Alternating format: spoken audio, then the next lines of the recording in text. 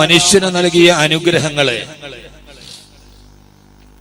വിശുദ്ധമായ ഖുർആനിന്റെ പല ഭാഗങ്ങളിൽ പല അനുഗ്രഹങ്ങളെ അള്ളാഹു എടുത്തു ചോദിക്കുമ്പോ അള്ളാഹു വളരെ പരാമർശവിധേയമായി മനുഷ്യന്റെ വിലപ്പെട്ട അനുഗ്രഹങ്ങളെ എടുത്തു ഉദ്ധരിക്കുന്നുണ്ട്. അലം നജ്അൽ ലഹു ഐനൈനി, നിനക്ക് ഞാൻ രണ്ട് കണ്ണുകൾ തന്നില്ലയോ? വലിസാനൻ, നിനക്ക് ഞാനൊരു നാവ് തന്നില്ലയോ? വശഫതൈൻ, ആ നാവിന്റെ കവചമായി നിങ്ങൾക്ക് ഞാൻ സുന്ദരമായ ചുണ്ടുകൾ തന്നില്ലയോ? വജഅല ലക്കുമുസ് സമഅ വൽ അബ്സാറ വൽ അഫ്ഇദ, ശ്രവണശക്തിയും ദൃശ്യശക്തിയുമായി അതോടൊപ്പം ഒരു തുടികൊട്ടുന്ന ഹൃദയത്തെ നിങ്ങൾക്ക് ഞാൻ തന്നില്ലയോ? അല്ലാഹുല്ലദീ അൻസല മിനസ് സമാഇ മാഅ, ആകാശലോകത്ത് നിന്ന് നിർബാധം ഈ ഊഷരഭൂമിയെ ഉർവരതയുടെ ഭൂമിയാക്കി മാറ്റാൻ മഴത്തുള്ളികളെ നിങ്ങൾക്ക് ഞാൻ തന്നില്ലയോ? അലം നജ്അലിൽ അർള മിഹാദാ വൽ ജിബാല ഔതാദാ, ഈ ഭൂമിയെ നിങ്ങൾക്ക് ഞാനൊരു തൊട്ടിൽ പോലെ സംവിധാനിച്ചു തന്നില്ലയോ? ഫഅഖ്റജ ബിഹി മിനസ് തമറാത്തി റിസ്ഖൻ ലക്കും, ആകാശലോകത്ത് നിന്ന് നിർബാധം നിർഗളിക്കുന്ന മഴത്തുള്ളികൾ ഈ ഭൂമി കുടിച്ചിറക്കുമ്പോ ഈ മണ്ണിന്റെ അന്തർഭാഗത്ത് നിങ്ങൾക്ക് ഭക്ഷ്യയോഗ്യമായ ഭക്ഷ്യവസ്തുക്കളെ, ധാന്യ ദസ്തുലതാദികളെ, തരുലതാദികളെ നിങ്ങൾക്ക് ഞാൻ മുളപ്പിച്ചു തന്നില്ലയോ? ആ മുളപ്പിച്ചു തന്ന തരുലതാദികളിൽ ഫീഹാ ഫാക്കിഹത്തും വനഖ്ലും വറുമ്മാൻ, ഫീഹാ ഫാക്കിഹത്തും വനഖ്ലു ദാത്തുൽ അക്മാം, മുളപൊട്ടുന്ന ധാന്യങ്ങളും റുമ്മാൻ പഴങ്ങളും മുന്തിരിത്തോട്ടങ്ങളും ഈത്തപ്പഴത്തോട്ടങ്ങളുമായി നിങ്ങളുടെ ഈ ഭൂമിയിലെ ജീവിതത്തിന് ആവശ്യമായ എത്രയോ അനുഗ്രഹങ്ങൾ കാരുണ്യവാനായ തമ്പുരാൻ നിങ്ങൾക്ക് ചെയ്തു തന്നിട്ടുണ്ടോ എന്ന് അല്ലാഹു സുബ്ഹാനഹു വ തആല നമ്മോട് ചോദിക്കുമ്പോ, അല്ലാഹു നമുക്ക് നൽകിയ ധാരാളം അനുഗ്രഹങ്ങളെ, കണ്ണിനെ കുറിച്ച് അല്ലാഹു നമ്മളോട് ചോദിക്കുമ്പോ, കാലുകളെ കുറിച്ച് ചോദിക്കുമ്പോ, വിശുദ്ധമായ ഖുർആനിൽ പടച്ചതമ്പുരാൻ എടുത്തു ചോദിക്കുന്ന അനുഗ്രഹങ്ങളിൽ അല്ലാഹു നമ്മളോട് വളരെ എടുത്തു ചോദിക്കുന്ന ഒരു വളരെ പ്രധാനപ്പെട്ട ഒരു മനുഷ്യന്റെ ജീവിതത്തിന്റെ ഏറ്റവും പ്രധാനപ്പെട്ട അടിസ്ഥാന അനുഗ്രഹമായ അവന്റെ ജീവിതത്തെ കരുപ്പിടിപ്പിക്കുവാനും അവന്റെ മക്കളെയും അവന്റെ ഭാര്യയെയും അവനെ വളർത്തുവാനും സ്വതസിദ്ധമായ ശൈലിയിൽ അവൻ ആഗ്രഹിക്കുന്നത് പോലെ സമാധാനത്തോടെ അന്തിയുറങ്ങാൻ കഴിയുന്ന അവന്റെ പാർപ്പിടത്തെ അല്ലാഹു അനുഗ്രഹമായിട്ടെടുത്ത് ചോദിക്കുന്നുണ്ട്. ഒരു മനുഷ്യന്റെ അടിസ്ഥാനപരമായ ആവശ്യങ്ങൾ വെള്ളം, പാർപ്പിടം, വായു, ഇതാണ് ഒരു മനുഷ്യന്റെ അടിസ്ഥാനപരമായ ആവശ്യങ്ങൾ. ആ അടിസ്ഥാനപരമായ ആവശ്യങ്ങൾ നിന്നുകൊണ്ടാണ് വെള്ളമില്ലാതെ ജീവിതം സാധ്യമല്ല. ഇത് കേരളം വരൾച്ചയിലോട്ട് പോകുമ്പോൾ ജലത്തിന്റെ ദൗർലഭ്യത്തിന്റെ കെടുതികൾ നാം അനുഭവിക്കുകയാണ്. അതോടൊപ്പം തന്നെ വായുവില്ലാതെ മനുഷ്യന് ജീവിക്കാൻ സാധ്യമല്ല. ഒരു മനുഷ്യന്റെ ജീവിതത്തിലെ അടിസ്ഥാനപരമായ അനുഗ്രഹം അതൊരു മുന്തിരിത്തോട്ടങ്ങളോ റുമ്മാൻ പഴങ്ങളോ അല്ലെങ്കിൽ ഈ സുന്ദരമായ തരുലതാദികളോ പറവകളോ ഈ കാണുന്ന ഇരിശൃംഗങ്ങളോ മന്ദമാരുതനോ ഒന്നുമല്ല. അല്ലാഹു പറയുന്ന അടിസ്ഥാനപരമായി പടച്ചറപ്പ് നിനക്ക് നൽകിയ അനുഗ്രഹത്തിൽ ഏറ്റവും പ്രധാനപ്പെട്ടത് ഒന്ന് വെള്ളവും വായുവും, മറ്റൊന്ന് പാർപ്പിടമാണ് അവന്റെ വീട്. അതുകൊണ്ടാണ് അല്ലാഹു സുബ്ഹാനഹു വ തആല അവനൊരു മനുഷ്യന് കൊടുത്ത കോടാനുകോടി അനുഗ്രഹത്തെ കുറിച്ച് എടുത്തു ചോദിച്ചപ്പോ അല്ലാഹു സുബ്ഹാനഹു വ തആല നമ്മളോടൊക്കെ എടുത്തു ചോദിച്ചൊരു അനുഗ്രഹമാണ് വല്ലാഹു ജഅല ലക്കും മിൻ ബുയൂതികും സകനാ വജഅല ലക്കും മിൻ ജുലൂദിൽ അൻആമി ബുയൂതാ تستخفونها يوم ظعنكم ويوم إقامتكم ومن أصوافها وأوبارها وأشعارها أثاثا ومتاعا إلى حين. വിശുദ്ധമായ ഖുർആനിലെ സൂറത്തുൻ നഹ്ലിൽ അല്ലാഹു സുബ്ഹാനഹു വ തആല അല്ലാഹു തേനീച്ചകളുടെ പാർപ്പിടങ്ങളെ കുറിച്ച് പരാമർശിക്കുമ്പോ വഔഹാ റബ്ബുക ഇലൻ നഖ്ലി അനിത്തഖദീ മിനൽ ജിബാലി ബുയൂതാ അനിത്തഖദീ മിനൽ ജിബാലി ബുയൂതാ വമിനശ് ശജരി വമിമ്മാ യഅരിശൂൻ. ആകാശത്തിലുകൂടി മൂളിപ്പാട്ടും പാടിയിട്ട് പറന്നു പോകുന്ന 10,000 കിലോമീറ്ററുകള് മന്ദമാരുതന്റെ തലോടലേറ്റിട്ട് ഇളം തന്നല് തത്തിക്കളിക്കുന്ന പൂങ്കാവനത്തിന്റെ മധ്യഭാഗത്ത് നിൽക്കുന്ന പുഷ്പ ഇതളുകളിൽ നുകർന്നു നിൽക്കുന്ന മധു കൊത്തിയെടുത്തു കൊണ്ടുവന്ന് വൃക്ഷച്ചിരപ്പുകളിലേക്ക് പാറിപ്പോകുന്ന തേനീത്ത എന്ന സൂക്ഷ്മമായ ഒരു ജീവിക്ക് പോലും ഞാനവർക്ക് വിശ്രമിക്കുവാൻ ഒരു വീടിനെ കൊടുത്തില്ലോ. അല്ലാഹു ചോദിക്കുകയാണ്, ആകാശത്തിലൂടെ മൂളിപ്പറക്കുന്ന നിസ്സാരമായ ഒരു തേനീച്ചക്ക് പോലും ഞാൻ ബോധനം നൽകൂ.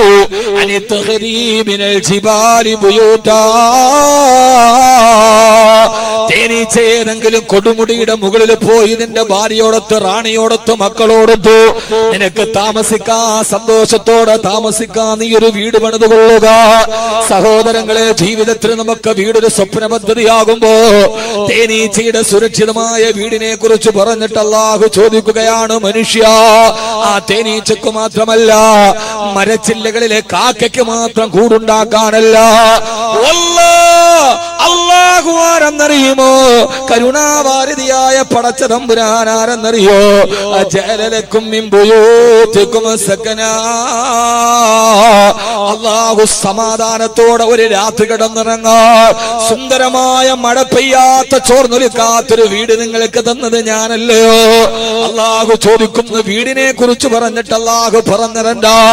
എന്റെ വിഷയം വീട് മാത്രമല്ല, മുഗൾ രാജവംശത്തിന്റെ ശില്പജാതിരുകളെ തോൽപ്പിക്കുന്ന കേരളത്തിന്റെ ദേശീയപാതയുടെ ഒരറ്റത്ത് നിന്ന് തിരുവനന്തപുരം മുതൽ കാസർഗോഡ് വരെ സഞ്ചരിച്ചാൽ കേരളത്തിലെ ഏറ്റവും ചെലവേറിയ വീട് നൽകിയത് മുസ്ലിം സമുദായത്തിന്. മുഗൾ രാജവംശത്തിന്റെ ശില്പജാതിരുകളെ തോൽക്കുന്ന കമനീയമായ എത്രയോ അലങ്കാര ചിത്രപ്പണികൾ നിറഞ്ഞ കോടികളുടെ വിലയുള്ള വീടുകളുണ്ട്. അതൊന്നും എന്റെ വിഷയമല്ല. അല്ലാഹു വീടിനെ കുറിച്ച് പറഞ്ഞപ്പോ വീടിനെ കുറിച്ച് അല്ലാഹു പറഞ്ഞിരണ്ട. ആരാല് കണ്ടാലും നയനാനന്ദകരമായ വഴിയിലൂടെ നടന്നു പോകുന്നവനൊന്ന് കാണുമ്പോ എത്രയോ മനോഹരമാണെന്ന് അഭിപ്രായം പറയാനല്ല. അല്ലാഹു നിങ്ങൾക്ക് വീടിനെ തന്നത് മിൻ ബുയൂതികും സകനാ. രാവിലെ മുതൽ വൈകുന്നേരം വരെ ജീവിതത്തിന്റെ രണ്ടറ്റം തമ്മിൽ കൂട്ടിമുട്ടിക്കാനുള്ള പെടാപ്പാടുപെട്ടു വിയർത്തൊലിച്ച ശരീരവുമായി അന്തിക്ക് നീ നിന്റെ വീട്ടിലേക്ക് വന്ന് വാതിൽ തുറക്കുമ്പോ ആ വീടിന്റെ കമാനം തുറക്കുന്നിട്ട് അകത്തേക്ക് കയറുമ്പോ നിന്റെ വീടിന്റെ ഉള്ളിൽ സക്കീന, നിനക്ക് സമാധാനം കിട്ടുന്നുവോ? ആ വീടിന്റെ ഉള്ളിൽ അല്ലാഹു നിനക്ക് സമാധാനം നൽകുന്നുവോ? സമാധാനമുള്ള വീടിനെ നിങ്ങൾക്ക് ഞാൻ തന്നില്ലയോ എന്ന് അല്ലാഹുവിന്റെ വിശുദ്ധ ഖുർആൻ.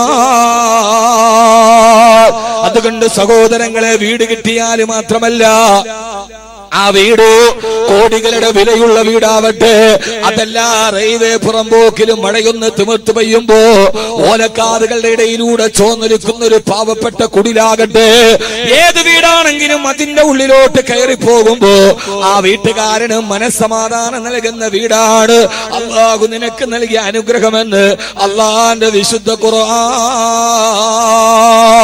അല്ലാഹു നമ്മളെ അങ്ങനെ ആക്കി തരുമാറാകട്ടെ. അല്ലാഹുവിന്റെ ഖുർആൻ പറയാ, വീടുകൾ എനിക്കുണ്ട്, നിങ്ങൾക്കുണ്ട്. വീടില്ലാത്ത ആളുകൾ എത്രയോ തുച്ഛമാണ്.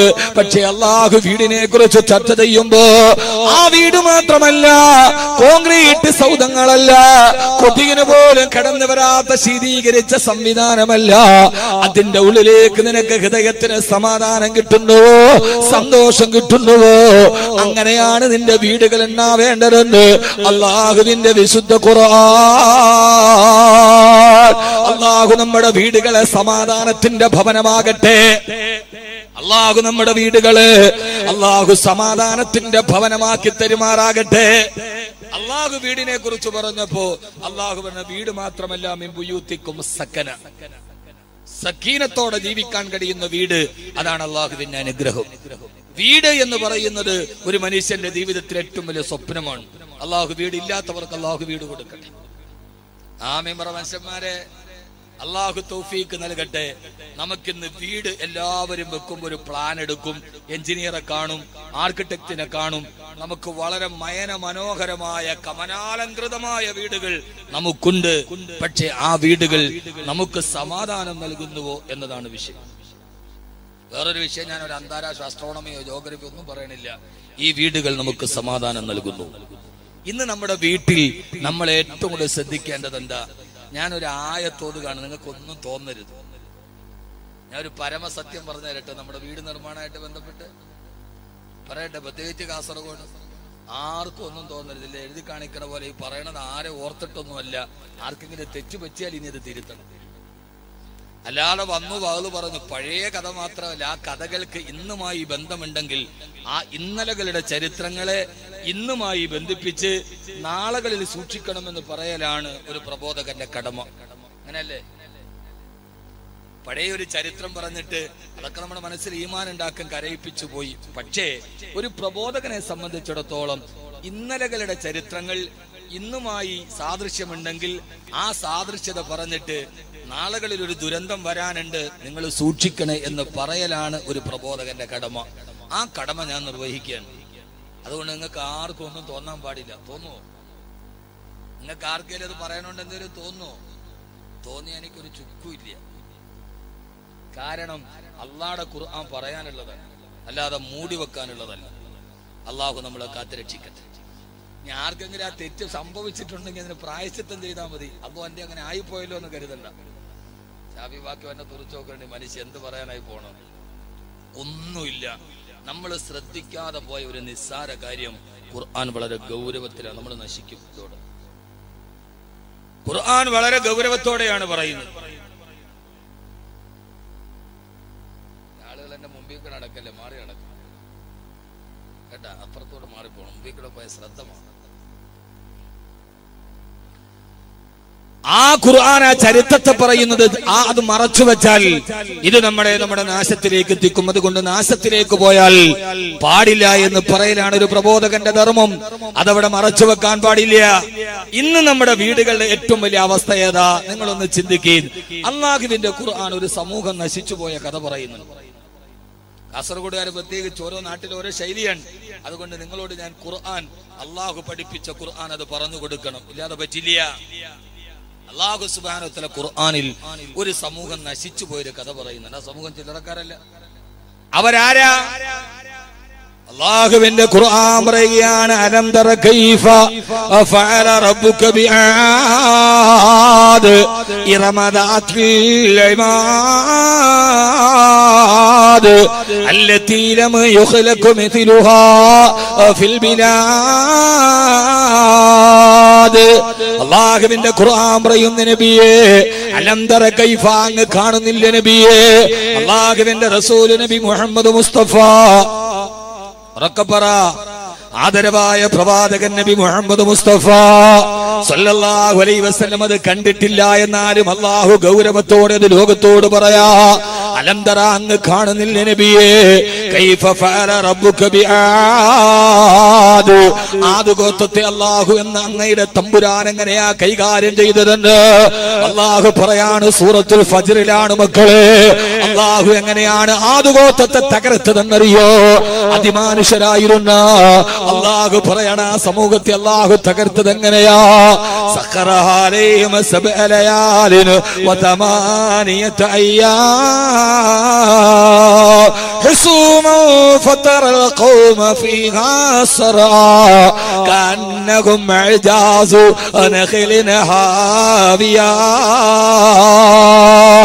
ആ സമൂഹത്തെ അല്ലാഹു 7 രാത്രിയും 8 പകലും തോരാതെ തിമിർത്തു പെയ്ത മഴവെള്ളത്തോ ആ സമൂഹത്തെ അല്ലാഹു തകർത്ത് തരിപ്പണമായപ്പോ 7 രാത്രിയും 8 പകലും നിർബാധം അനുസ്യൂതമായി തുടർന്ന് പേമാരി തിമിർത്തു പെയ്തപ്പോ ആ സമൂഹം മുഴുവന് തകർന്ന് തരിപ്പണമാവൂ. അവര് മരുഭൂമിയിൽ മരിച്ചു കിടക്കുന്ന കഥ അല്ലാഹു പറയുന്നത് എങ്ങനെയെന്നറിയോ? ഓ നബിയേ, ഞാൻ തകർത്തെറിഞ്ഞ ആദ്യ സമൂഹം അല്ലാഹുവിന്റെ ശിക്ഷയേറ്റിട്ട് മരിച്ചു കിടക്കുന്നത് കണ്ടാൽ കഅന്നഹും അജാസു നഖലിൻ ഹാവിയാ, ഭീമാകാരമായ ഈത്തപ്പന മരങ്ങൾ അതിന്റെ കുറ്റിയോടുകൂടി പിഴുതു കിടക്കുമ്പോ വലിയൊരു കുറ്റിയുമായി ഈത്തപ്പന മരം പിഴുതു കിടക്കുന്നത് പോലെ ഭീമാകാരമായ വലിപ്പമുണ്ടായിരുന്ന ആദ് ഗോത്രക്കാരു 7 രാത്രിയിൽ പെയ്ത തിമിർത്ത മഴയും കൊടുങ്കാറ്റും ആഞ്ഞടിച്ചപ്പോ കുറ്റിയുള്ള ഈത്തപ്പന മരങ്ങൾ മറിഞ്ഞു കിടക്കുന്നത് പോലെ അവരെ ഞാൻ ഈ ഭൂമിയിൽ നിന്ന് തുടച്ചു നീക്കി നബിയേ. എന്നെ കേൾക്കാനെത്തിയ കാസർഗോഡ് ഈ ബേക്കറി മക്കാമിലെത്തിയവരോട് ഒരു വിമർശന ബുദ്ധിയല്ല, സഹോദര ബുദ്ധിയാ. ഖുർആന്റെ ആയത്തിനെ ഞാൻ നിങ്ങളുടെ മുമ്പിൽ സമർപ്പിക്കുകയാ. ആദ് ഗോത്രം ചെയ്ത ഏറ്റവും വലിയ തെറ്റേതെന്നറിയോ? അവര് വ്യഭിചരിച്ചെന്നല്ല, അവര് കള്ളു കുടിച്ചെന്നല്ല. ആദ് ഗോത്രത്തിനെ തകർക്കാനുള്ള കാരണം പറയുമ്പോ ആ സമൂഹത്തെ അല്ലാഹു വിശേഷിപ്പിച്ചത് ഇങ്ങനെയാണ്, അലം തറ കൈഫ ഫഅല റബ്ബുക ബിആദ് ഇറമ ദാത്തിൽ ഇമാദ്. ആരാദ ആരെന്നറിയുമോ? ഇറമ.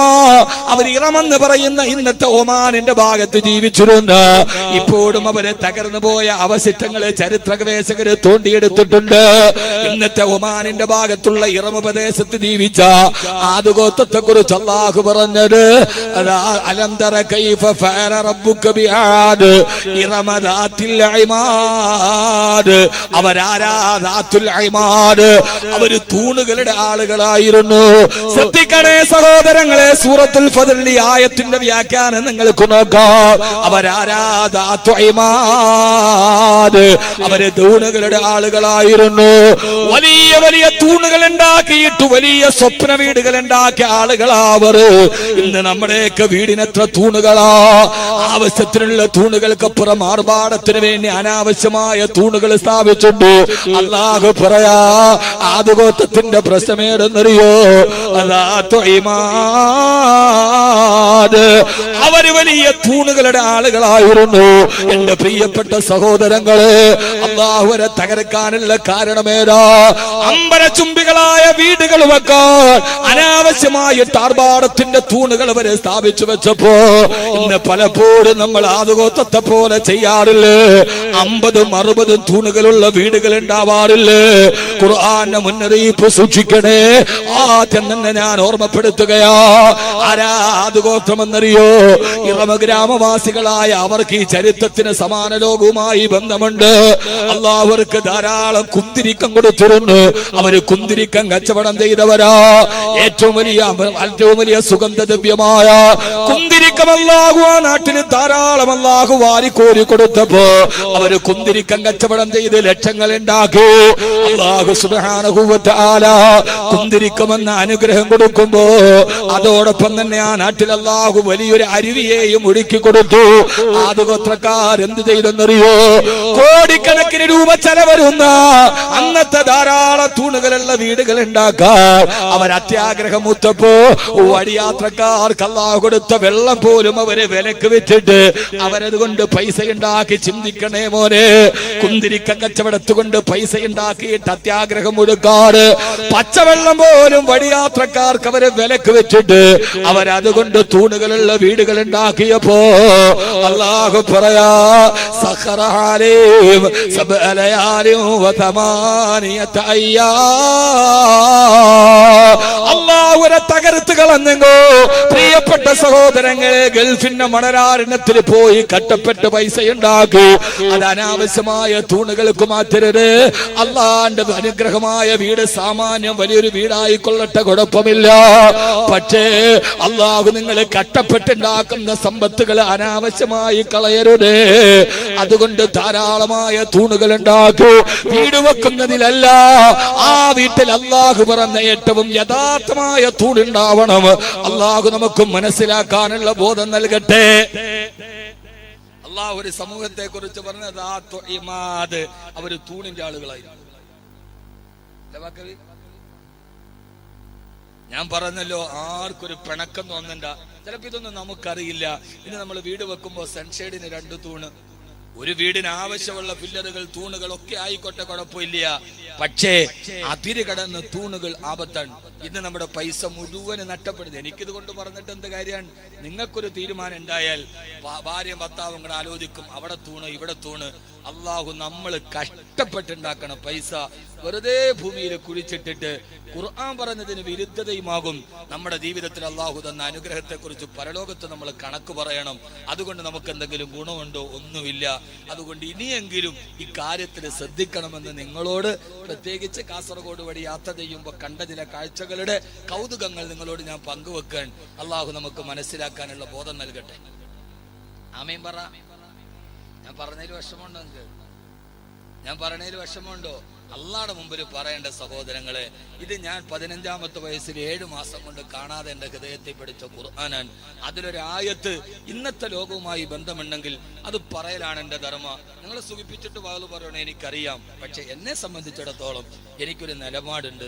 ആ നിലപാടുകൾ കൃത്യമായി ലോകത്തോട് പറയണം. അതിന് മറുഭാഗത്തുനിന്ന് വരുന്ന ആക്ഷേപങ്ങളോ അപ്പുറത്തുനിന്ന് വരുന്ന കൂരമ്പുകളോ പറയുന്ന കാര്യത്തിൽ നമ്മൾ പ്രതീക്ഷിക്കേണ്ടതില്ല. ഒരു സമൂഹത്തിന്റെ മുമ്പിൽ നിൽക്കുമ്പോൾ വിമർശനങ്ങൾ സ്വാഭാവികം.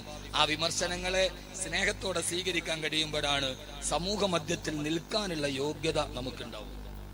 വിമർശനങ്ങളുടെ മേൽ അസഹിഷ്ണുതയല്ല, അതിനെ സ്നേഹത്തോടെ നമ്മൾ മുന്നിടുക. അതാണ് ധൈര്യം, അതാണ് സ്ഥൈര്യം. അള്ളാഹുവിനെ നിലനിർത്തി അനുഗ്രഹിക്കുമാറാകും. അതുകൊണ്ട് ആദ്യം വിമർശിക്കാൻ പ്രശ്നമില്ല, ഒരു പ്രശ്നവും ഇല്ല. ഞാൻ വളരെ സ്നേഹത്തോടു കൂടി അതിനെ ഉൾക്കൊള്ളുന്നു. പക്ഷേ നാളെ അള്ളാഹുവിന്റെ മുമ്പിൽ പോകുമ്പോ വാക്കവി നീ എന്തുകൊണ്ട് പറഞ്ഞില്ല എന്ന് പറഞ്ഞാൽ എനിക്ക് എന്റെ റബ്ബിനോട് പറയണ്ടേ, അള്ളാഹുവെ പറഞ്ഞു കൊടുത്തിട്ടുണ്ട്. അതുകൊണ്ട് ഈ അമിതമായ തൂണുകൾ ഭാര്യയായിട്ട് ആലോചിക്കും. ഇപ്പൊ മിക്കവാറും ഭർത്താവ് ഗൾഫിലും ഭാര്യ ഇവിടെയാണ്. അവരവരുടെ ഒരു താല്പര്യത്തിന് അപ്പുറത്തെ വീട്ടിൽ കണ്ടു, ഇപ്പുറത്തെ വീട്ടിൽ കണ്ടു, അത് കണ്ടു, ഇത് കണ്ടു. നമ്മളതെല്ലാം കൂടെ വെക്കുമ്പോ അവസാനം വീട് വെക്കുമ്പോ നമ്മുടെ നടുവൊടിഞ്ഞിട്ടുണ്ടാവും.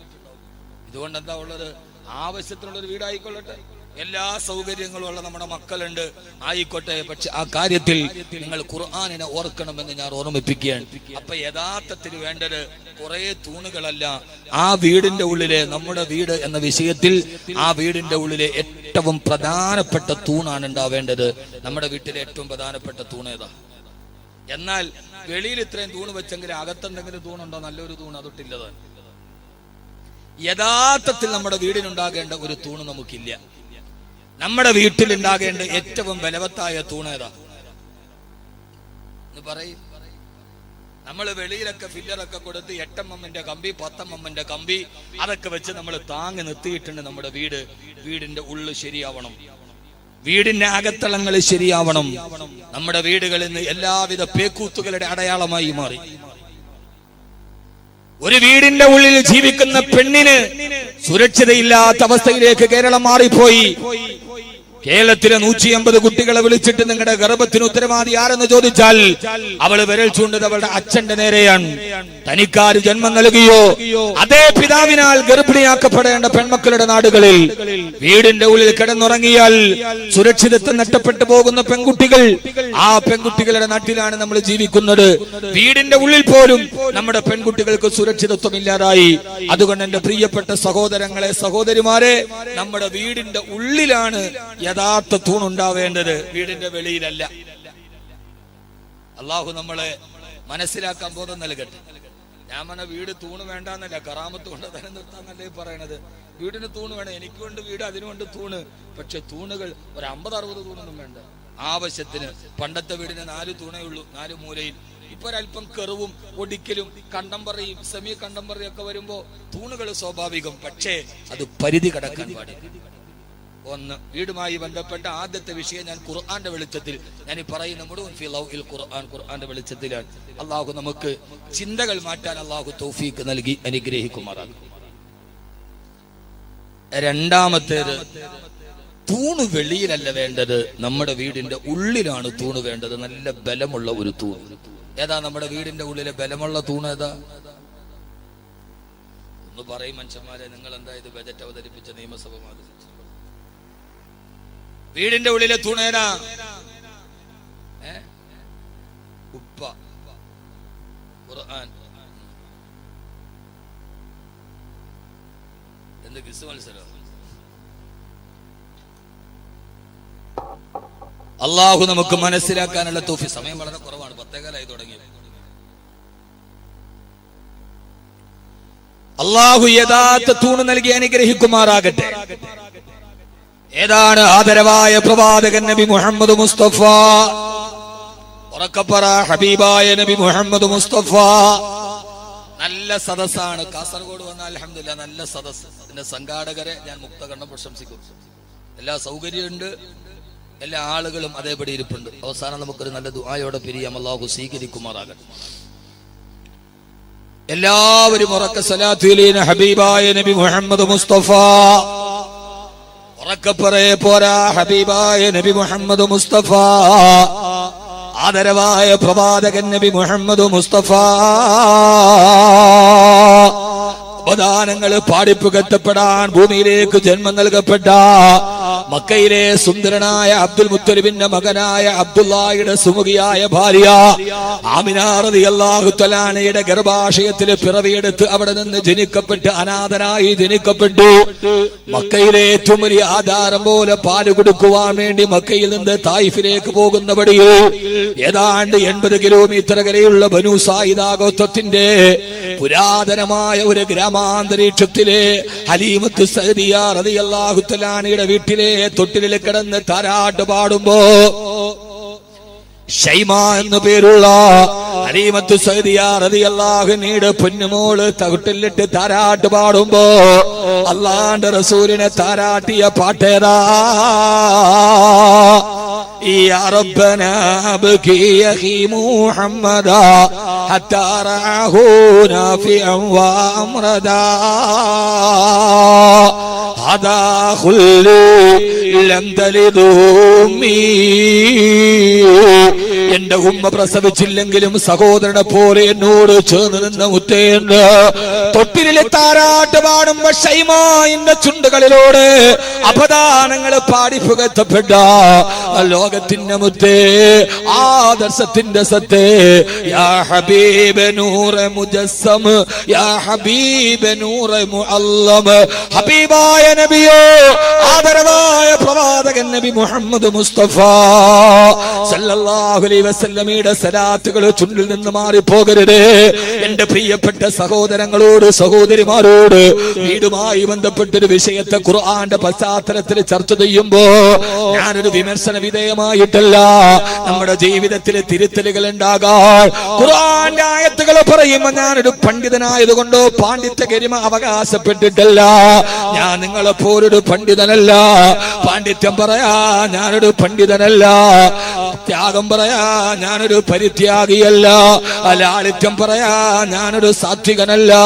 പ്രഭാഷണം പറയാ ഞാനൊരു പ്രമേയം പറയാ ഞാനൊരു പ്രഭാഷകനല്ല. വൈദഗ്ധ്യം പറയാ ഞാനൊരു വിദഗ്ധനല്ല. പ്രണയം പറയാ ഞാനൊരാഷിക്കല്ല. പിന്നെയോ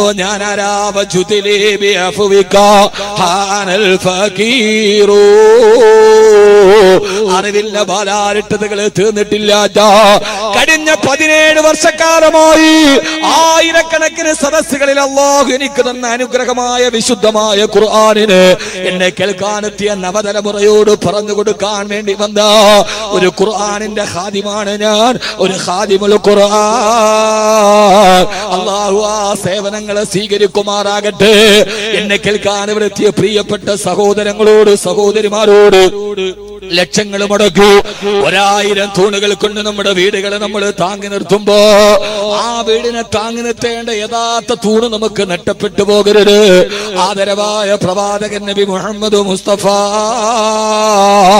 സല്ലല്ലാഹു അലൈഹി വസല്ലമ പറയുകയാ, അല്ലാഹു സുബ്ഹാനഹു വ തആല ഒരു മനുഷ്യന് നൽകുന്ന ഏറ്റവും വലിയ അനുഗ്രഹം തഖ്വല്ലാഹ്, അല്ലാഹുവിനോടുള്ള തഖ്വയാ. ഒരു മനുഷ്യന് എത്രത്തോളം തഖ്വ അല്ലാഹു കൊടുത്തു, ആ തഖ്വയാണ് ഒരു മനുഷ്യന് അല്ലാഹു കൊടുക്കുന്ന വലിയ അനുഗ്രഹം. പക്ഷേ അല്ലാഹു കൊടുക്കുന്ന അനുഗ്രഹത്തിലെ തഖ്വ കടിഞ്ഞാൽ, ഒരു പുരുഷൻ അല്ലാഹു കൊടുക്കുന്ന ഏറ്റവും വലിയ അനുഗ്രഹം തഖ്വ കടിഞ്ഞാൽ, അൽ മർഅത്തു സ്വാലിഹാ, അൽ മർഅത്തു സ്വാലിഹാ, ഒരു സച്ചരിതയായ ഭാര്യയെ കൊടുക്കല. തഖ്വ കടിഞ്ഞാൽ അല്ലാഹു നൽകുന്ന ഏറ്റവും വലിയ അനുഗ്രഹം ഒരു ഉത്തമയായ ഭാര്യയെ കിട്ടല. നമ്മുടെ വീടിന്റെ യഥാർത്ഥ തൂണ് അകത്തളത്തിലെ താങ്ങി നിർത്തേണ്ട, നമ്മുടെ കുടുംബത്തെ താങ്ങി നിർത്തേണ്ട തൂണേതാ? അൽ മർഅത്തു സ്വാലിഹാ, അത് സാലിഹത്തായ ഒരു ഭാര്യ. നമ്മുടെ സംഘടനകളിൽ, നമ്മുടെ പ്രയാസങ്ങളിലും, നമ്മുടെ ദുഃഖങ്ങളിലും, നമ്മുടെ കണ്ണുനീരുകളിലും നമുക്ക് പങ്കാളിയാവുന്ന, നമ്മുടെ വീടിനെ തർബിയത്ത് നടത്തുന്ന, നമ്മുടെ മക്കളെ നമ്മുടെ അഭാവത്തിന് വളർത്തിത്തരുന്ന, നമ്മുടെ പ്രയാസങ്ങളിൽ പങ്കാളിയാവുന്ന ഒരു ഭാര്യ. സഹോദരാ, നിന്റെ വീടിന്റെ ഉള്ളിൽ ഭാര്യ എന്ന ലോകത്തിന്റെ അനുഗ്രഹമായ തൂണ് നിനക്ക് കിട്ടിയോ? അല്ലാഹുവിന്റെ റസൂലിന് ആയിഷ ബീവിയെ കിട്ടിയതുപോലെ, ഇബ്രാഹിം നബിക്ക് ഹാജറയെ കിട്ടിയതുപോലെ, അലി റളിയല്ലാഹു അൻഹുവിനെ ഫാത്തിമയെ സഖിയാക്കിയതുപോലെ, അബൂബക്കർ റളിയല്ലാഹു അൻഹുവിനെ ഉമ്മു റൂമാനെ പോലെ റളിയല്ലാഹു തആല അൻഹുന്ന അജ്മഈൻ തന്റെ പ്രിയപ്പെട്ട ഭർത്താക്കന്മാരെ ജീവിതത്തിന്റെ വിജയത്തിന്റെ വടിയിലേക്ക് കൈപിടിച്ചു നടത്തിയ ലോകത്തിലേതെങ്കിലും ഒരു പുരുഷൻ വിജയിച്ചിട്ടുണ്ടോ? ആ വിജയത്തിന്റെ പിന്നിൽ അവന്റെ ഭാര്യയുടെ കരങ്ങളുണ്ട് മോനെ. അതുകൊണ്ട് എന്റെ പ്രിയപ്പെട്ട സഹോദരങ്ങളോട് സഹോദരിമാരോട് കലഹങ്ങളായി, ഇണക്കങ്ങളായി, പിണക്കങ്ങളായി ഭാര്യഭർത്തൃബന്ധം തകർന്നു പോകുമ്പോ, രാവിലെ മുതൽ വൈകുന്നേരം വരെ കട്ടപ്പെട്ടിട്ട് വീട്ടിലേക്ക് വരുമ്പോ ആ വീടിന്റെ ഉമ്മറപ്പടിയിലെ സ്നേഹത്തോടെ പുഞ്ചിരിച്ച് കടന്നു വരുന്ന നമ്മള് രണ്ട് കൈകൾ കൊണ്ട് ചേർത്ത് പിടിച്ച് വീട്ടിന്റെ ഉള്ളിലേക്ക് കൊണ്ടുപോയി നമ്മുടെ ഹൃദയത്തിന് സാഹോദര്യം തരുന്ന, നമ്മുടെ ഹൃദയത്തിന് സന്തോഷം തരുന്ന ഭാര്യ. അതുകൊണ്ടാണ് ഖുർആൻ പറഞ്ഞത്, വമിൻ ആയാതിഹി അൻ ഖലഖ ലക്കും മിൻ അൻഫുസികും അസ്വാദൻ ലിതസ്കുനൂ ഇലൈഹാ. ഭാര്യമാരെ അല്ലാഹു നിങ്ങൾക്ക് തന്നത് സമാധാനത്തിന് വേണ്ടിയാ. എന്നോടും നിങ്ങളോടും ഞാനൊരു ചോദ്യം ചോദിക്കട്ടെ. അല്ലാഹു നൽകിയ അനുഗ്രഹങ്ങൾ കൊണ്ട് ലക്ഷങ്ങൾ മുടക്കി നമ്മളൊരു വീട് വെച്ചിട്ടുണ്ട്. പക്ഷേ നമ്മുടെ വീടിന്റെ ഉള്ളിൽ നമുക്ക് സന്തോഷം നൽകുന്ന, നമുക്ക് സമാധാനം നൽകുന്ന ഒരു സൗഭാഗ്യവതിയെ നമുക്ക് കിട്ടിയോ? എന്നാൽ നിങ്ങളോട് ഞാനൊരു കഥ പറഞ്ഞു തരാ. തൂണുകളില്ല, മതിലുകളില്ല, ആഡംബരങ്ങളില്ല, ആർഭാടങ്ങളില്ല, 8 മടം നീളവും 10 മടം വീതിയുമുള്ള ആകാശത്തും മടയൊന്നെത്തും പെയ്താൽ ആകാശത്തിന്റെ മഴത്തുള്ളികൾ മുഴുവനും ആ ഗൃഹനാഥന്റെ ദാടി രോമങ്ങളിൽ തടം തെല്ലിയാത്തൊടുക്കുന്ന മദീനയിലൊരു വീടുണ്ടായിരുന്നു. ആ വീടിന്റെ അവസ്ഥ നിങ്ങൾക്കറിയോ? വീടുമായി ബന്ധപ്പെട്ട ഖുർആന്റെ 3ാമത്തെ പരാമർശമേതാ? എന്റെ പ്രിയപ്പെട്ട ചെറുപ്പക്കാരാ, ഇത്ര വലിയ വീടുണ്ടായിട്ട് നമുക്കെന്ത് കാര്യമേതാ? ഞാനൊരു വീടിനെ പറഞ്ഞു തരട്ടെയോ? ആ വീടിന്റെ അവസ്ഥ ഏതെന്നറിയോ? 24,000 സ്ക്വയർ ഫീറ്റ് വിസ്തീർണമുള്ള ബെഡ്റൂമിലാണ് തമിഴ്നാടിന്റെ മുഖ്യമന്ത്രി ജയലളിതയുടെ കിടപ്പുമുറി.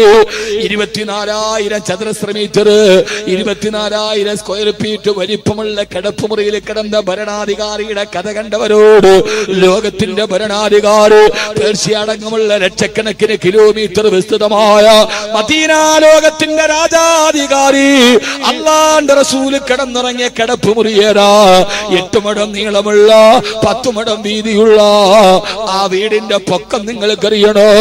മഹാനായ ഹസൻ ബസ്രി റളിയല്ലാഹു അൻഹു അല്ലാഹുവിന്റെ റസൂലിന്റെ വീട്ടിൽ ജീവിച്ച ആളാ. ഹസൻ ബസ്രി റളിയല്ലാഹു അൻഹു പറയാ, ഹബീബായ നബി തങ്ങളുടെ വീട്ടിൽ നിൽക്കുമ്പോ എന്റെ ഉപ്പയെങ്ങാനും കയ്യിൽ പിടിച്ചിട്ട് എന്നെ ഒന്ന് പൊന്തിച്ചിരുന്നെങ്കിൽ എന്റെ തല പോയി ഹബീബായ മുത്തു മുസ്തഫാന്റെ വീടിന്റെ ചുമരിൽ തട്ടുമായിരുന്നു. ഒരു കുഞ്ഞിനെ കയ്യിലെടുത്തിട്ട് മേലോട്ട് പൊന്തിച്ചാൽ ആ കുഞ്ഞിന്റെ തല പോയി മച്ചിൽ മുട്ടുന്ന രീതിയിൽ പൊക്കം കുറഞ്ഞ വീടാണ്. ആ വീടിനെ കുറിച്ച് നിങ്ങൾക്കറിയോ? ആ വീടിനെ കുറിച്ചിട്ടാണ് അല്ലാഹുവിന്റെ ഖുർആനിൽ സൂറത്തുണ്ടായത്. ചെറുപ്പക്കാരാ, ഖുർആനിലെ 114 അധ്യായത്തില് ഒരധ്യായത്തിന് അല്ലാഹു പേര് വെച്ചത് സൂറത്തുൽ ഹുജറാത്ത്. ഹുജറാത്ത് എന്ന് പറഞ്ഞാൽ മുറികൾ എന്ന അർത്ഥം. എന്റെ പൊന്നുമോനെ, നമ്മുടെ കിടപ്പറയിൽ ഭാര്യയുമായി പിണങ്ങിയിട്ട് എത്ര രാത്രികൾ, നമ്മുടെ കിടപ്പറയിൽ നടന്ന വഴക്കുകൾ എത്ര, നമ്മുടെ കിടപ്പറയിൽ വീണ കണ്ണുനീരുകൾ എത്ര. എന്നാ നിനക്കൊരു കിടപ്പറ ഞാൻ പരിചയപ്പെടുത്തി തരട്ടെയോ? സൂറത്തുൽ ഹുജറാത്ത്. ഒരു നേരത്തെ ഭക്ഷണം കഴിക്കാറില്ലാതെ 3 മാസം പട്ടിണി കിടന്നിട്ട് വിശന്നിട്ടിയ വയറുമായിട്ടൊരു ഭാര്യയും ഭർത്താവും നിങ്ങളുടെ വിശപ്പ് സഹിച്ചിട്ടു ശരീരത്തോട് കെട്ടിപ്പിടിച്ച് കിടന്ന റൂമുണ്ടല്ലോ, ബെഡ്റൂം ഉണ്ടല്ലോ. ആ ബെഡ്റൂമിനെയാണ് ഖുർആനിൽ അല്ലാഹു പേര് വെച്ച് പറഞ്ഞത്, ഇന്നല്ലദീന യുനാദൂനക മിൻ വറാഇൽ ഹുജറാത്ത്. ആ റൂമിന്റെ പുറകിൽ ഇരുന്നിട്ട് അങ്ങേ വിളിക്കുന്നവരില്ല നബിയേ. പൊന്നുമോളെ, കാസർഗോഡ് കേൾക്കുന്ന പൊന്നുമോളെ, ഭർത്താവിന്റെ കൂടെ നിന്നിട്ട് ആ വീടിന്റെ പ്ലാനുകൾ നീ തയ്യാറാക്കുമ്പോ, പൊന്നുമോളെ, നിനക്കും കാസർഗോഡ് വീടില്ലേ, നിനക്കും ബേക്കറി വീടില്ലേ? എന്നാൽ ഞാനൊരു പെണ്ണിന്റെ സൗഭാഗ്യത്തെ പറയട്ടെയോ? 3 മാസം ഒരു നേരത്തെ ഭക്ഷണം കഴിക്കാറില്ലാതെ കാരൊക്കെ വെള്ളത്തിലിട്ടിട്ട് ആ വെള്ളം കുടിച്ചിട്ടാണ് ഞാൻ എന്റെ ഭർത്താവിനോടൊത്ത് ജീവിച്ചതെന്ന് പറഞ്ഞ ആയിഷ റളിയല്ലാഹു തആലയുടെ വീടുണ്ടല്ലോ, ആ വീടാണ് ലോകത്തിന്റെ സ്വർഗമെന്നറിയപ്പെട്ടത്. മാബൈന ബൈതി വ മിൻബരി റൗളത്തും മിൻ റിയാദിൽ ജന്ന. ലക്ഷക്കണക്കിന് ആഷിഖീങ്ങൾ കടന്നു വരുന്ന അല്ലാഹുവിന്റെ റസൂലിനോടുള്ള അതിരട്ട അനുരാഗം കൊണ്ട് കവിൾ തടത്തിലൂടെ കണ്ണുനീര് തടം തല്ലിയാത്തൊടുക്കുന്ന ഈ ഭൂമിയിൽ ഒരു സ്വർഗമുണ്ടത്രേ. അത് നൈനിറ്റാളല്ല, അത് ചിറാപുഞ്ചിയല്ല, അത് ലോസ് ആഞ്ചലസ് അല്ല, അത് ഹിമവാദം പെയ്യൊടുക്കുന്ന കാശ്മീരിന്റെ തീരങ്ങളല്ല. ഈ ഭൂമിയിൽ ഒരു സ്വർഗമുണ്ടെന്നോ ബ്രൂണേ സുൽത്താനടക്കം മദീനയിലെ ഈത്തപ്പഴ കച്ചവടക്കാരൻ പോലും 2 റക്അത്ത് നിസ്കരിക്കാൻ പാതിരാവിന് ക്യൂ നിൽക്കുന്ന ഒരു സ്ഥലമുണ്ട്. ആ സ്ഥലമാരുടെ സ്ഥലമാണ് അല്ലാഹുവിന്റെ റസൂൽ ഈ ദുനിയാവിലെ സ്വർഗമെന്ന് പറഞ്ഞ ഞാൻ നിങ്ങളെ 2 റക്അത്ത് നിസ്കരിക്കാൻ 10,000 മുടക്കിയിട്ട് പോകുന്ന ആ കൊച്ചു സ്ഥലമേതാ? ആ സ്ഥലമാരുടെ സ്ഥലമെന്നറിയപ്പെങ്ങള് അതാണ് ആയിഷ റളിയല്ലാഹു അൻഹയുടെ വീട്. മാബൈന ബൈത്തി, എന്റെ വീടെന്ന് പറഞ്ഞാൽ അത് ബൈത്തു ആയിഷ. ആയിഷ റളിയല്ലാഹു അൻഹയുടെ വീടാണ്. ഒരു ദിവസം പോലും ഭക്ഷണം നിറച്ചു കഴിയാത്ത പട്ടിണിയായിരുന്നു ആ വീട്ടിലെ ആ പെണ്ണിനോ. എന്നിട്ട് പോലും ആ വീട് ലോക ചരിത്രത്തിന്റെ സ്മാരകമായി മാറൂ. ആ വീട്ടിലെ അവസ്ഥ നിങ്ങൾക്കറിയോ? ആയിഷ ബീവി റളിയല്ലാഹു തആല പറയുന്നുണ്ട്, എനിക്ക് പറയാനേറെയുണ്ട്, ഇതിന്റെ ഇടയിൽ നിങ്ങൾ വളരെ ശ്രദ്ധിക്കണേ, ശ്രദ്ധ മാറിപ്പോകരുത്. ആ വീട്ടിലെ പെണ്ണ് പറയുകയോ, അവസാനം എന്റെ ഭർത്താവ് മരിക്കുന്ന നേരത്ത് എന്റെ മടിയിൽ തലവെച്ചാണ് കിടക്കുന്നത്. സക്കറാത്തിന്റെ വേദന എത്തിയപ്പോ എന്നോട് പറഞ്ഞു, ആയിഷ പല്ല് തേക്കണം ആയിഷ. ഞാൻ എന്റെ ഭർത്താവിന് പല്ല് തേച്ചു കൊടുത്തു. ഒരു അറാക്കിന്റെ കമ്പെടുത്തിട്ട് എന്റെ വായിൽ വെച്ചിട്ട് കടിച്ചു മൃദുലമാക്കി. ആ മൃദുലമാക്കിയ കമ്പ് കൊണ്ടെടുത്ത് കൈകൊണ്ട് എന്റെ ഭർത്താവിന്റെ കവിളണയിരുത്തുണ്ട്. ആ മുഖം എന്റെ പള്ളയിലേക്ക് ചേർത്ത് വെച്ച് ഉമ്മ കുട്ടിക്ക് പല്ല് തേച്ചു കൊടുക്കുന്നത് പോലെ ഞാൻ എന്റെ ഹബീബായ നബി തങ്ങൾക്ക് അവസാനം പല്ല് തേച്ചു കൊടുത്തു. മരണത്തിന്റെ വേദന കൊണ്ട് അല്ലാഹുവിന്റെ റസൂലിന് കൈപൊക്കാൻ കഴിയില്ല. പല്ല് തേച്ചു കൊടുത്തപ്പോ ഹബീബായ നബി മുഹമ്മദ് മുസ്തഫ സല്ലല്ലാഹു അലൈഹി വസല്ലമ എന്റെ വിരലുകൾക്കിടയിലേക്ക് മുറുകെ പിടിച്ചു. അബൂബക്കർ എന്റെ പിതാവ് കൈ പിടിച്ചിട്ട് ആ വിരലിലേക്ക് കൊടുത്തപ്പോ കല്യാണ ദിവസം എന്റെ കൈവിരലിന്റെ ഇടയിൽ കോത്തുപിടിച്ചതുപോലെ എന്റെ കയ്യിലേക്ക് എന്റെ പ്രിയപ്പെട്ട ഹബീബ് കോത്തുപിടിച്ചു. ആയിഷ, ഞാൻ പോവട്ടെ ആയിഷ. എവിടെ കാണി നബിയേ? ഇലാ റഫീഖിൽ അലാ, അല്ലാഹുവിന്റെ അടുക്കലേക്ക് ഞാൻ പോവുകയാ. ഈ സംഭവം ഇങ്ങനെ കൂട്ടുകാരിയോട് ഹബീബായ നബി സല്ലല്ലാഹു അലൈഹി വസല്ലമയുടെ വഫാത്തിന് ശേഷം പറഞ്ഞുകൊണ്ടിരിക്കുമ്പോ ആയിഷ ബീവി പറയാണ്, ഇങ്ങനെയൊക്കെയാണെങ്കിലും മരിക്കുന്ന സമയത്ത് എന്റെ മടിയിൽ തലവെച്ച് കിടന്നതാണെങ്കിലും മരിക്കുന്ന സമയത്ത് എന്റെ ഭർത്താവിന്റെ മുഖം ഞാൻ കണ്ടിട്ടില്ല. ഓർക്കണ സഹോദരങ്ങളെ, ആർഭാടങ്ങളും ആയിരങ്ങളും നമ്മുടെ വീട്ടിന്റെ ഉള്ളിലുണ്ട്. ഇതുപോലെ കഥനകഥ കേട്ടിട്ടുണ്ടോ? കൂട്ടുകാരികൾ ചോദിച്ചു, ആയിഷ ബീവിയെ എന്താ പറയുന്നത്? മടിയിൽ തലവെച്ച് സലാം പറഞ്ഞ് കയ്യിൽ കെട്ടിപ്പിടിച്ചു പോയിട്ടും ഭർത്താവിന്റെ മുഖം കണ്ടില്ലെന്നോ? ആയിഷ ബീവി റളിയല്ലാഹു തആല പറഞ്ഞ മറുപടി ഏതാ? അതേ കൂട്ടുകാരികളെ, മടിയിൽ തലവെച്ച് കിടന്നാലും വയറ്റിലേക്ക് ചേർത്ത് വെച്ച് പല്ല് തേച്ചു കൊടുത്താലും മുഖം കാണുന്നത് എങ്ങനെയാ? ഹബീബായ നബി തങ്ങൾ എന്റെ മടിയിൽ കിടന്ന് വിട പറയുന്ന സക്കറാത്തിന്റെ മരണത്തിന്റെ സമയത്ത് ഞങ്ങളുടെ വീട്ടില് വിളക്ക് കത്തിക്കാനുള്ള എണ്ണ ഞങ്ങളുടെ വീട്ടിലുണ്ടായിരുന്നില്ല. വിളക്ക് കത്തിക്കാൻ എണ്ണയില്ലാത്ത അവസ്ഥയിൽ ഞങ്ങളുടെ വീട് ദാരിദ്ര്യത്തിലായിരുന്നു. അതുകൊണ്ട് ഹബീബായ മുത്തിന്റെ മുഖം എനിക്ക് കാണാൻ കഴിഞ്ഞില്ല. പെട്ടോടോറിന്റെ ഉച്ചിട്ടം മുഴുവനും വീട്ടിലേക്ക് വന്ന് കുമിഞ്ഞുകൂടുമ്പോ, കുടുംബ കോടതികൾ കേസുകൾ കെട്ടിക്കിടക്കുമ്പോ ഞാനൊന്ന് പറയട്ടെ, മരിക്കുന്ന നേരത്ത് ഭർത്താവിന്റെ മുഖം കാണാൻ വിളക്ക് കത്തിക്കാനുള്ള എണ്ണ പോലും ഇല്ലാതിരുന്നൊരു ദാരിദ്ര്യത്തിന്റെ വീട്. ആ വീടാണെന്ന് ഭൂമിയിലെ സ്വർഗമായത്. بين بيتي ومنبري روضة من رياض الجنة. അത് സ്വർഗത്തിന്റെ പൂന്തോടപ്പാണെന്ന് മുത്തു മുസ്തഫ സല്ലല്ലാഹു അലൈഹി വസല്ലമ പറഞ്ഞ ആയിഷ ബീവിയുടെ വീടുകളുണ്ടല്ലോ, ആ വീടുകൾ നിങ്ങളൊന്ന് കണ്ടിരുന്നെങ്കിൽ, ഇന്ന് നമ്മുടെ വീടിന്റെ സമൃദ്ധിയുടെ ഉള്ളിൽ അല്ലാഹുവിന്റെ റസൂലിന്റെ വീട് കണ്ടിരുന്നെങ്കിൽ, ആയിഷ ബീവി റളിയല്ലാഹു അൻഹയുടെ വീട് എന്ന് പറഞ്ഞാൽ ഓരോ ഭാര്യമാർക്കും ഓരോ വീടുകളില്ല. ഹബീബായ നബി തങ്ങൾ മദീനത്തെ പള്ളിയിൽ ആദ്യം വെച്ചത് സൗദാ ബീവിക്കൊരു വീട്, അതിനോട് തൊട്ടടുത്ത് പിന്നെ ആയിഷ ബീവിക്കൊരു റൂം, ഇങ്ങനെ ഓരോ ഭാര്യമാർക്കും ഓരോ മുറികൾ ചേർത്ത് തീർത്തെടുത്തു. അങ്ങനെ അടുത്തടുത്ത് മദീനത്തെ പള്ളിയിലാണ് ആദ്യത്തെ 1,00,000 വീട് കോളനി ഉണ്ടായത്. ചിന്തിക്കണം സഹോദരിമാരെ, ഓരോ റൂമുകളാണ് ഓരോ ഭാര്യമാർക്ക്, അത് പള്ളിയോട് ചേർന്ന് കിടക്കുകയാ. അവസാന ഹബീബായ നബി തങ്ങൾ വഫാത്തായി.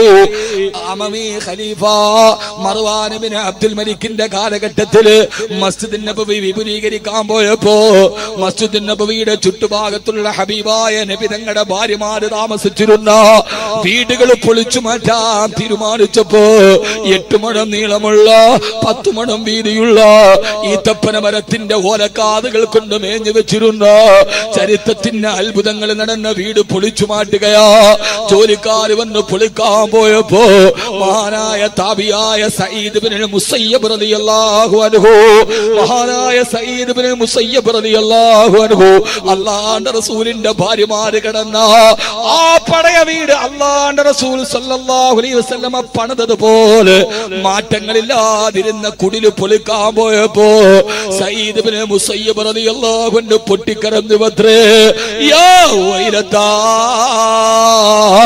ഇതെന്തോരു നാശമാണിത്. ഇവർ ഈ വീടൊന്ന് പൊളിക്കാതിരുന്നുവെങ്കോ, ഈ വീടങ്ങനെ തന്നെ ഇരുന്നിരുന്നുവെങ്കോ, ഇന്ന് സഹാബത്ത് പൊട്ടിക്കരഞ്ഞത് മദീനയിൽ അല്ലാഹുവിന്റെ റസൂലിന്റെ വഫാത്തിന് ശേഷം സഹാബത്തുകളും താബീങ്ങളും പൊട്ടിക്കരഞ്ഞതെപ്പോഴാ? ഹബീബായ നബി തങ്ങൾ കിടന്ന വീട് പൊളിച്ചപ്പോ ആയിഷ ബീവി പട്ടിണി കിടന്ന, ഖദീജ ബീവി പൊട്ടിക്കരഞ്ഞ, സൗദാ റളിയല്ലാഹു അൻഹാ, മഹദിയായ സഫിയ റളിയല്ലാഹു തആല അൻഹാ ഒരു നേരത്തെ ഭക്ഷണം കഴിക്കാൻ വേണ്ടി സൂചി കൊണ്ട് നൂല് തോർത്ത ഹബീബായ നബി തങ്ങൾ പള്ളിയിൽ നിന്ന് വരുമ്പോ, ഭർത്താവ് പള്ളിയിൽ നിന്ന് നിസ്കാരം കഴിഞ്ഞ് വരുമ്പോ മഹദിയായ സഫിയ റളിയല്ലാഹു തആല അൻഹാ ഒരു നേരത്തെ ഭക്ഷണത്തിന് ഗതിയില്ലാതെ അറബി പെണ്ണുങ്ങളുടെ കുപ്പായം തുന്നി കൊടുക്കുകയാണ്. അല്ലാഹുവിന്റെ റസൂൽ എന്ന ഭർത്താവ് വരുമ്പോ, ഇന്ന് നമ്മുടെ വീട്ടിൽ ഈ പ്രണയമുണ്ടോ? ഇന്ന് നമ്മുടെ വീട്ടിൽ ഈ സ്നേഹമുണ്ടോ? ഇന്ന് ഭാര്യ ഭർത്താക്കന്മാരുടെ ഇടയിൽ ഈ അടുപ്പമുണ്ടോ? പള്ളിയിൽ നിസ്കാരം കഴിഞ്ഞ് മുറ്റത്തോട്ട് വരുമ്പോ ഒരു കൊച്ചു റൂമിന്റെ ഉള്ളിലിരുന്നിട്ട് അന്നത്തെ ഭക്ഷണത്തിന് വേണ്ടി തന്റെ പ്രിയപ്പെട്ട ഭാര്യ അറബി പെണ്ണുങ്ങളുടെ കുപ്പായം തുന്നുന്നത് കണ്ടപ്പോ ഹബീബായ നബി സല്ലല്ലാഹു അലൈഹി വസല്ലമ അവിടെ ചെന്നിട്ടൊന്നും പറഞ്ഞില്ല. കാൽപെരുമാറ്റം കേട്ട് സഫിയ റളിയല്ലാഹു തആല നോക്കുമ്പോ പ്രിയപ്പെട്ട ഭർത്താവ് മുമ്പിൽ നിൽക്കുകയാ. ഒരു നേരത്തെ ഭക്ഷണത്തിന് തന്റെ ഭാര്യ കട്ടപ്പെട്ടിട്ട് തുണി നോക്കുന്നത് കണ്ടപ്പോ ഹബീബായ നബി തങ്ങൾ പറഞ്ഞൊരു മറുപടിയുണ്ട്, സഫിയ, എന്താണ് യാ റസൂലല്ലാഹ്, അവർക്ക് പരിധികളില്ല, അവർക്ക് പരാതികളില്ല. നിങ്ങൾ എന്നെ കെട്ടിയപ്പം മുതൽ എനിക്ക് ഇതാണല്ലോ എന്നവർക്ക് ശാപവാക്കുകളില്ല. അവർക്ക് പരാതിയുണ്ട്, പട്ടിണിയുണ്ട്. പട്ടിണികളും പരാതികളും പരിതാപങ്ങളും പരിദേവനങ്ങളും പരിതാപങ്ങളും പട്ടിണിയും പരിധി ലംഘിക്കുമ്പോഴും പാരിലെ പരമസുഖമല്ല, പരലോകത്തിന്റെ പരമാനന്ദമാണ് പരിഗണനീയമെന്ന് കരുതൂ. പാതിരാത്രിയിൽ പടച്ചറപ്പിനോട് പതിരെ പോലെ പൊട്ടിക്കരഞ്ഞ പ്രവാചക പത്നി ബഹുമാനപ്പെട്ട ബീവി സഫിയ, സഫിയ യാ റസൂലല്ലാഹ്, കട്ടപ്പെട്ട് കിടക്കുമ്പോൾ സ്നേഹത്തിന്റെ വിളിക്ക് കുറവില്ല ഭർത്താവേ, കുറവില്ല പെങ്ങള്. എന്തേ നബിയേ, സഫിയ നീ ആ കാണുന്ന ഉഹദ് പർവ്വതം കണ്ടോ? എന്നാണ് മുത്തേ നിങ്ങൾ ഉദ്ദേശിക്കുന്നത്? സഫിയ, ഇന്നലെ രാത്രി ജിബ്രീൽ വന്നിട്ട് ആ ഉഹദ് പർവ്വതം എനിക്ക് സ്വർണമാക്കി തരാമെന്ന് പറഞ്ഞതാണ് സഫിയ. എന്നിട്ട് ഞാനിത് വേണ്ടെന്ന് വെച്ചതാണ്. ഇത് കേട്ട സഫിയ റളിയല്ലാഹു തആല വാവിട്ട് നിലവിളിച്ചു പോയി. സഫിയ, ഉഹദ് മല സ്വർണമാക്കി കിട്ടണോ? അതല്ല പടച്ചറപ്പിന്റെ സ്വർഗത്തിന്റെ ഫ്ലോറിന്റെ കെട്ടിടം കിട്ടണോ എന്ന് പറഞ്ഞിട്ട് പ്രിയപ്പെട്ട ഭാര്യ ഒരു നേരത്തെ ഭക്ഷണത്തിന് വേണ്ടി തുന്നൽ ജോലി ചെയ്ത ആ വീടുകൾ പൊളിക്കാൻ പോയപ്പോ ഇന്ന് ആ വീടുകൾ പൊളിക്കാതിരുന്നുവെങ്കിൽ നമ്മൾ മദീന സന്ദർശിക്കുമ്പോ മദീന എന്ന പളുങ്ക് കൊട്ടാരത്തിന്റെ ചുറ്റുഭാഗത്ത് ഹസൻ ബസ്രി റളിയല്ലാഹു അൻഹു മേലോട്ട് പൊക്കിയാലും മച്ചിരുത്തുടുന്ന ആ വീടുകൾ അതേപടി ഇന്നും അവിടെ മദീനയിൽ നിലനിന്നിരുന്നുവെങ്കിൽ മദീന മ്യൂസിയത്തിൽ നബി തങ്ങളുടെ പഴയ വീടുകളുടെ മോഡലുകൾ ഇപ്പോഴും പ്രദർശിപ്പിച്ചിട്ടുണ്ട്. അതെങ്ങാനും പൊളിക്കാതിരുന്നുവെങ്കിൽ ഇന്ന് നമ്മൾ മദീനയിൽ കാണുമായിരുന്നു. ആ വീട്ടിലാണ് ആയിഷ പട്ടിണി കിടന്നത്. അവിടെയാണ് ആയിഷ വിശക്കുന്നു മോള്, ഒന്നുമില്ല മുത്തേ എന്നാ കരയണ്ട, ഞാൻ ഇന്ന് സുന്നത്ത് നോമ്പ് പിടിക്കാമെന്ന് പറഞ്ഞത്. എന്റെ പ്രിയപ്പെട്ട സഹോദരങ്ങളോട് സഹോദരിമാരോട് പറയാതിരിക്കാൻ വയ്യ. ഏറ്റവും വലിയ കേസുകളെ കെട്ടിക്കിടക്കുന്ന ക്രിമിനൽ കോടതിയിലല്ല, കുടുംബ കോടതിയിലാണ്. ലക്ഷങ്ങളുടെ വീടുകൾ നമുക്കുണ്ടാകുമ്പോ കോൺക്രീറ്റ് സൗധത്തിൽ നിന്ന് രാജകീയ നൗകയിലേറി 12 നക്ഷത്ര ഹോട്ടലുകളുടെ പിന്നാമ്പുറങ്ങളിൽ സുഖം തേടിയലയുണ്ട സൗകര്യങ്ങൾ നമ്മുടെ കയ്യിലുള്ളപ്പോ ഭാര്യയും ഭർത്താവും അടുത്തടുത്ത് കിടക്കുമ്പോൾ സ്നേഹം നഷ്ടപ്പെട്ടു പോയ ലോകമേ, ആ സ്നേഹം നഷ്ടപ്പെട്ടു പോയ ലോകത്ത് ഒരു വീടിനുണ്ടാകേണ്ട ഏറ്റവും പ്രധാനപ്പെട്ട ബലവത്തായ തൂണ് അൽ മർഅത്തു സാലിഹാ, ഒരു സാലിഹത്തായ പെണ്ണ. തന്റെ പ്രിയപ്പെട്ട ഭർത്താവ് വർഷങ്ങളായി ഗൾഫിൽ കിടക്കുമ്പോ തന്റെ ഭർത്താവിന്റെ ശരീരമെന്ന അമാനത്തിനെ സൂക്ഷിക്കുന്ന, തന്റെ മക്കളെ തർബിയത്ത് നടത്തുന്ന, ഭർത്താവിന്റെ സമ്പത്തിനെ സൂക്ഷിക്കുന്ന ഭാര്യ. പാവപ്പെട്ട ഭർത്താവ് മണരാരുണ്യത്തിൽ കിടന്ന് കഷ്ടപ്പെടുമ്പോ അവൻ അയച്ചു കൊടുക്കുന്ന ഡോളറുകളും റിയാലുകളും മാറും. കാമുകനുമൊത്ത് കറങ്ങി നടക്കുന്ന, അവനുമായി ബീച്ചിൽ കറങ്ങുന്ന, അവനുമായി രഹസ്യ സല്ലാപം നടത്തുന്ന തന്റെ ഭർത്താവിന്റെ വിയർപ്പിന്റെ പൈസ ഒരു ഉളുപ്പില്ലാതെ പാതിരാത്രിയിലെ രഹസ്യ കാമകന്റെ കിടപ്പറ പങ്കിടുന്ന. അല്ല, ഇനി അങ്ങനെയല്ലെങ്കിൽ തന്നെ പാവപ്പെട്ട ഗൾഫുകാരൻ 3 നേരം കഴിക്കാനില്ലാതെ പട്ടിണി കിടന്നയക്കുന്നത് ഇല്ലായ്മയുടെ പേര് പറഞ്ഞ് ഭർത്താവിനോട് കലഹിക്കുമ്പോ എന്റെ പ്രിയപ്പെട്ട സഹോദരിമാര്, അല്ലാഹു നമുക്ക് നൽകുന്ന ഏറ്റവും വലിയ അനുഗ്രഹം ഏതാ? അത് നമ്മുടെ വീടിന്റെ യഥാർത്ഥ തൂണാണ്. അൽ മർഅത്തു സാലിഹാ. എല്ലാം പങ്കിടാൻ പറ്റിയ ഒരു ഭാര്യ, എല്ലാം പറയാൻ പറ്റിയ ഒരു ഭാര്യ. പാതിരാ സമയത്ത് ദുഃഖം കൊണ്ട് കിടന്നിട്ട് ഉറക്കം വരാറ്, പാതിരാത്രിയിൽ ലൈറ്റ് അണച്ചിട്ട് കിടക്കുമ്പോ രാത്രിയിൽ നമ്മൾ ഉറക്കം വരാതെ നിശ്വാസം വിടുന്ന ശബ്ദം കേട്ടിട്ട് അപ്പുറത്ത് നിന്നിട്ട് നിങ്ങൾ ഉറങ്ങിയില്ലേ? ഇല്ല. എന്തേ ഉറങ്ങാത്തത്? എനിക്ക് ടെൻഷനാണ്. ഈ കടമെങ്ങനെ വീട്ടും? ഈ കടമെങ്ങനെ വീട്ടും? ഈ പ്രതിസന്ധി ഞാൻ എങ്ങനെ മറികടക്കും? എന്നെ സഹായിക്കാൻ ഒരാളുമില്ലെന്ന് നിശ്വാസം പറയവേ ആ സമയത്ത് ബെഡ്റൂമിന്റെ ലൈറ്റ് ഇട്ടിട്ട് നമ്മുടെ അടുത്തേക്ക് തിരിഞ്ഞു കിടന്ന് ഇടത്തെ കൈ കൊണ്ട് നമ്മുടെ കഴുത്തിലേക്ക് ഇങ്ങനെ ചുറ്റിപ്പിടിച്ചു നമ്മുടെ മുഖത്തേക്ക് നോക്കി നമ്മുടെ കണ്ണുനീരവളുടെ വിരൽ കൊണ്ട് തുടച്ചു മാറ്റിയിട്ട്, എന്തിനാണ് നിങ്ങൾ വിഷമിക്കുന്നത്? ആരൊക്കെ നിങ്ങൾ തള്ളിപ്പറഞ്ഞാലും, ആരൊക്കെ നിങ്ങൾ ഒറ്റപ്പെടുത്തിയാലും മരണം വരെ ഞാനുണ്ട് നിങ്ങളുടെ കൂടെ. പട്ടിണി കിടക്കാനാണെങ്കിൽ ഞാൻ പട്ടിണി കിടക്കാൻ തയ്യാറാണ്. എന്തിനും നിങ്ങളുടെ കൂടെ ഞാനുണ്ടെന്ന് നമ്മുടെ ചേർത്ത് പറയുന്ന നമ്മുടെ ഭാര്യ, അതുപോലൊരു അനുഗ്രഹത്തെ റബ്ബിന്റെ കയ്യിൽ നിന്ന് കിട്ടിയാൽ നമ്മളോട് ചേർത്ത് പറയുന്ന ഒരു ഭാര്യ, അതിനേക്കാൾ വലിയ സൗഭാഗ്യം ഏതാണുള്ളത്? കാസർഗോഡ് നിന്ന് വകല് കഴിഞ്ഞിറങ്ങിയാൽ എവിടെ എത്തി എന്ന് ചോദിച്ച് ഓരോ മണിക്കൂറും മാറ്റിവെച്ച് അലാറം വെച്ച് രാവിലെ വീട്ടിന്റെ കവാടത്തിന്റെ മുമ്പിൽ എത്തുന്നത് വരെ ബേജാറ് മാറാതെ കോളിംഗ് ബെല്ല് കേട്ടു വാതിൽ തുറക്കുമ്പോ സ്നേഹത്തോടെ പുഞ്ചിരി തന്നിട്ട് ക്ഷീണമൊക്കെ മാറിയോ എന്ന് ചോദിക്കുന്നൊരു ഭാര്യയെ നമുക്ക് കിട്ടിയാൽ, സഹോദരങ്ങളെ, ചെറുപ്പക്കാരെ, കാമുകിയല്ല, കാമുകിയെ കിട്ടിയിട്ട് കാര്യമില്ല. ഗൾഫുകാരന്റെ ഭാര്യ നിന്റെ കൂടെ വന്നാൽ, എടാ പൊന്നുമോനെ, നിനക്കൊരു കാമുകിയെ കിട്ടിയെന്ന് അഹങ്കരിക്കണ്ട. ഇത്രയും നാള് വളർത്തിയ ഉപ്പയെ ഉപേക്ഷിച്ചിട്ട്, നൊന്ത് പ്രസവിച്ച ഉമ്മയെ ഉപേക്ഷിച്ചിട്ട് ഒരു പെണ്ണ് നിന്റെ കൂടെ ഇറങ്ങി വന്നാൽ അവളെ ഞാൻ ഇറക്കിക്കൊണ്ട് വന്നു എന്ന് നീ നെഞ്ചു വിരിക്കണ്ട. നിനക്ക് വേണ്ടി നിന്റെ മുഞ്ച് കണ്ടപ്പോ ഉപ്പയുപേക്ഷിച്ച മോള്, ഉമ്മയുപേക്ഷിച്ച മോള് അവസാനം നിന്നെയും ഉപേക്ഷിക്കുമെന്നുള്ള കാര്യം ഉറപ്പാണ്. അതുകൊണ്ട് കാമുകയല്ല, ഭാര്യയാണ് വലുത്. അള്ളാഹു നമ്മുടെ ഭാര്യമാരെ അങ്ങനെ ആക്കി തരട്ടെ. ആമീൻ പറയും മനുഷ്യന്മാരെ. അള്ളാഹു നമ്മുടെ ഭാര്യമാരെ അങ്ങനെ ആക്കി തരട്ടെ. ഏറ്റവും കൂടുതൽ എത്രയോ ആളുകൾ എൻ്റെ അടുക്കല്, ഞാൻ ഇത് പകല് പറഞ്ഞപ്പോ തന്നെ കരയണവരെ എനിക്കറിയാലോ. ചില ആളുകൾ പിടിച്ചു നിൽക്കാൻ, പടച്ചോനെ കരഞ്ഞാ ഞാൻ ഇതാണെന്നല്ലാതെ മനസ്സിന്റെ ഉള്ളിൽ ഈ പുഞ്ചിരിക്കുന്ന മുഖം, ഹൃദയത്തിന്റെ കണ്ണീരും മറച്ചു വെക്കാനുള്ള വെറും മൂടുപടമാണ്. എന്റെ അപ്പുറത്തോട്ടൊന്നും ഇല്ല. തൊപ്പിയുണ്ട്, താടിയുണ്ട്, നല്ല ഡ്രസ്സ് ധരിച്ചിട്ടുണ്ട്. ഞാൻ ചിരിക്കണത് ഈ ചിരിക്കുന്ന മുഖം മനസ്സിന്റെ ഉള്ളിലെ സങ്കടം മറച്ചു വെക്കാനുള്ള വെറും ഒരു മൂടുപടം മാത്രമാണ്. അതിന്റെ അപ്പുറത്തേക്ക് കുറെ സങ്കടങ്ങളുണ്ട്. നമ്മുടെ മനസ്സിലെ ഏറ്റവും വലിയ ആഗ്രഹം അതാ, കരയും മനുഷ്യന്മാരെ കരയിൽ വഅദിന്റെ സദസ്സിൽ നിന്ന് കരയണം. അള്ളാഹു കുറെ സങ്കടം മാറ്റിത്തരും. കാർപ്പറ്റൊക്കെ വിരിക്കുന്നു, തുപ്പാനെന്ന് പറഞ്ഞില്ലല്ലോ അടച്ചു. ഇപ്പൊ പണ്ടാര 5 ലക്ഷം രൂപയുടെ ബാത്റൂം ഉണ്ടാക്കിയിട്ട് പടത്തു ഇനിയിപ്പിനകത്ത് കയറിയിട്ട് ഇത് എങ്ങനെ ചെയ്യൂന്ന് വിചാരിച്ച മാതിരി അത്രയ്ക്ക് ആളുകൾ തുപ്പാന്ന് വർത്തിയില്ല. അള്ളാഹു നമുക്ക് ബോധം അള്ളാഹു നമുക്ക് ബോധം തരട്ടെ. അതുകൊണ്ട് കെട്ടിപ്പൊക്കിയ രമ്യകർമ്മമല്ല, അതിന്റെ ഉള്ളിൽ പാടിയത് യേശുദാസ് ആണെങ്കിലും പൂമുഖവാതുക്കൽ സ്നേഹം തുളുമ്പുന്ന പൂന്തിങ്കളാണ് എന്റെ ഭാര്യ. എന്റെ ഭാര്യ എനിക്കൊരു പൂന്തിങ്കളാവണം. അവളിലൂടെയാണ് സക്കീനത്ത് നൽകുന്ന. വല്ലാഹു ജഅല ലക്കും മിൻ ബുയൂതിക്കും സക്കന, നിങ്ങൾക്ക് സമാധാനം നൽകുന്ന വീട്. വീട്ടിൽ സമാധാനം ഉണ്ടാക്കി എന്ത് വേണം?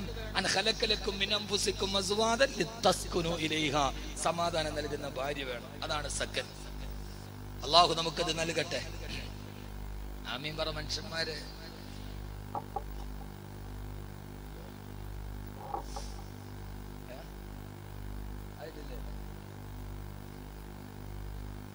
രണ്ട് മണിക്കൂറിലായ അധികമൊന്നും പറയേണ്ട സഹോദരങ്ങളെ, ഇത്രയും മതി. ഇതിനപ്പുറത്തേക്ക് ഏത് വിഷയമാ പറയേണ്ടത്? ശുജായി ചോദിച്ചതുപോലെ ബുദ്ധി കൂർമ്മതയുള്ളവർക്ക് അല്പമാത്രം പോരെ. ശുജായി മൊയ്തു മുസ്ലിയാർ ചോദിച്ചു, ബുദ്ധിയുള്ളവർക്ക് അല്പമാത്രം പോരെ, ബുദ്ധിയുള്ളവർക്ക് അല്പം മതി. അള്ളാഹു നമ്മുടെ ഭാര്യമാരെ ആ രീതിയിൽ അള്ളാഹു ആക്കി തെരുമാറാകട്ടെ. ഭാര്യ എന്ന് പറയുന്നത് മാറ്റക്കച്ചവടമല്ല. ഒന്ന് ഇഷ്ടപ്പെട്ടില്ലെങ്കിൽ അള്ളാഹു ഒരു മനുഷ്യന് അപലക്ഷണം ഉണ്ടെങ്കിൽ 3 കാര്യത്തിലേ ഉള്ളൂ. ഒരു മനുഷ്യന് ജീവിതത്തിൽ അപലക്ഷണമുണ്ട് എങ്കിൽ അത് 3 കാര്യത്തിലാണ്. ഒന്ന് വീട്, അല്ലേ? അശ്ഉമു അലാ സലാസത്തി, അല്ലേ? അങ്ങനെ ഹദീസ് എന്ന് എനിക്ക് തോന്നുന്നു, ഞാൻ ഓതിയ സമയത്തുള്ള പിന്നെ തുറന്നിട്ടില്ല. മിഷ്കാത്തിലെ ഹദീസിന്റെ ഷറഹിൽ പറയുന്നുണ്ട് അശ്ഉമു, അല്ലേ? മിഷ്കാത്ത് മിഷ്കാത്തിന്റെ ഷറഹില് പണ്ടങ്ങാണ്ട് ഓതിയതാണ്. ഈ വാത് പറച്ചിലല്ലാതെ വേറൊന്നിനും സമയം കിട്ടൂല. ഷുമ്, അപലക്ഷണം എന്ന് പറയുന്നത് 3 കാര്യത്തിലാണ്. 3 കാര്യം ഒരു പുരുഷൻ ഒത്തു കിട്ടിയാൽ അവൻ ലോകത്തിലെ വിജയിയാണ്. ഒന്ന്, വീട്. നല്ല വീട്, സമാധാനമുള്ള സന്തോഷമുള്ള വീട്. ചില വീടുകൾ വെച്ചാൽ ചില ആളുകൾ അതോടെ തകർന്നു പോകും. തൃശ്ശൂർ ജില്ലയിൽ ഒരു വീടുണ്ട്, ഞാൻ കാണാൻ വേണ്ടി പോയി. ആ മനുഷ്യന് ഗൾഫിൽ നല്ല കായുണ്ടായപ്പം വെച്ച വീടാണ്. പണി തുടങ്ങി 32 ബെഡ്റൂമാണ്. എത്ര? ഒരു ബെഡ്റൂമിടെ കയറിയാൽ പിന്നെ ഇറങ്ങണ എതിരാന്ന് അറിയില്ല.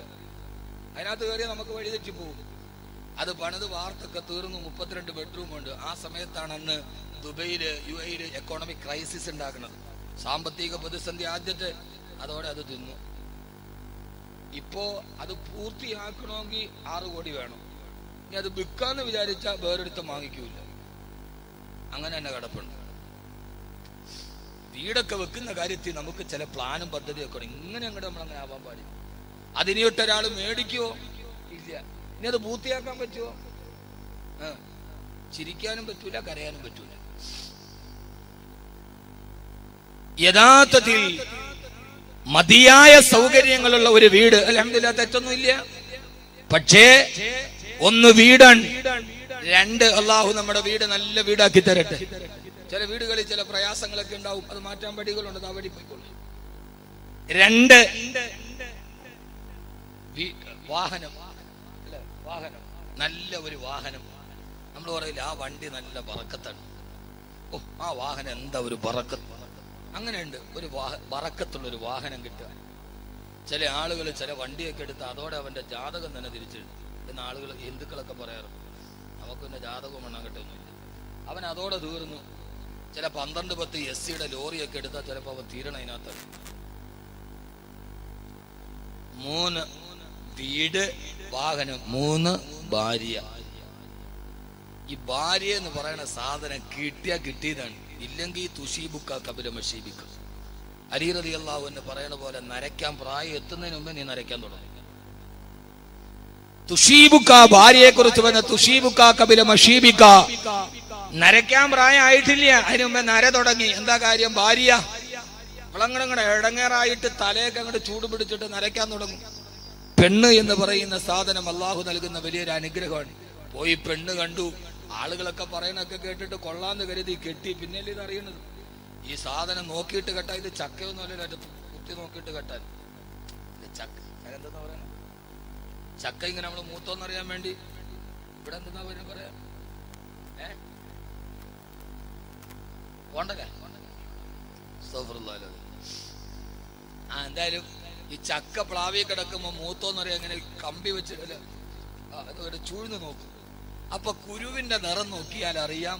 കുരുവിന്റെ തൊലിക്ക് നല്ല തവിട്ട് നിറമാണെങ്കിൽ, ബ്രൗൺ കളറാണെങ്കിൽ മൂത്തിട്ടുണ്ട്. അല്ല വെറും പച്ച കളറാണെങ്കിൽ മൂത്തിട്ടില്ല. ഇതറിഞ്ഞൂടെ? ഇതിന് പിന്നെ തിരുമതിയും ബുഖാരി ഓതണം.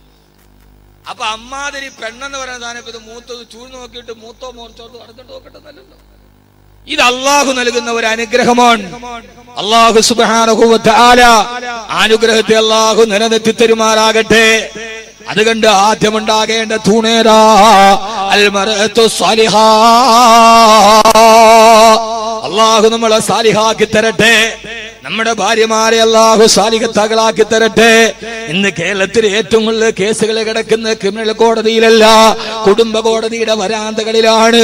വാപ്പയും ഉമ്മയും പരസ്പരം അവകാശവാദങ്ങൾ പറഞ്ഞു കൊടുക്കാനുള്ളത് മുഴുവനും വാങ്ങി തിരിച്ചു കൊണ്ടുപോകുമ്പോ കോടതി വരാന്തയോ ഭാര്യ ഭർത്താക്കന്മാര് പിരിഞ്ഞു പോകുമ്പോ ആരുടെ കൂടെ പോകണമെന്നറിയാതെ ആ കോടതിയുടെ വരാന്തയിൽ പൊട്ടിക്കരയുന്ന പൊന്നുമക്ക് വാപ്പ വാപ്പയുടെ വഴിക്ക് പോയി, ഉമ്മ ഉമ്മയുടെ വഴിക്ക് പോയി.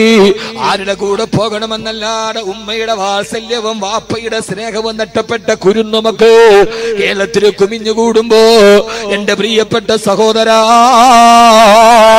നമ്മുടെ മക്കളെ തർബിയത്ത് നടത്തുന്ന നാമില്ലാത്ത സമയത്ത് നമ്മുടെ ഭാര്യമാരാരാ?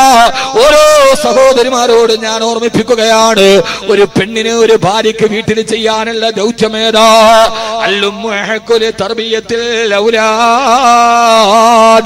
മക്കളെ തർബിയത്ത് ചെയ്യേണ്ട, മക്കളെ നന്നായിട്ട് വളർത്തേണ്ട ചുമതല വീട്ടിലെ പെണ്ണുങ്ങൾക്കാണ്.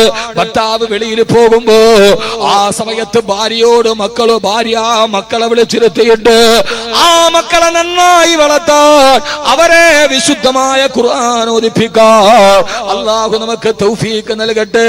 അതുകൊണ്ട് നമ്മുടെ വീടുകൾ ഒരു നല്ല ഭാര്യയിലൂടെ വീടുകൾ നന്നാവണം. അതിന് മൂന്നാമത് ചെയ്യേണ്ടതേതാ? ആദരവായ പ്രവാചകൻ നബി മുഹമ്മദ് മുസ്തഫ.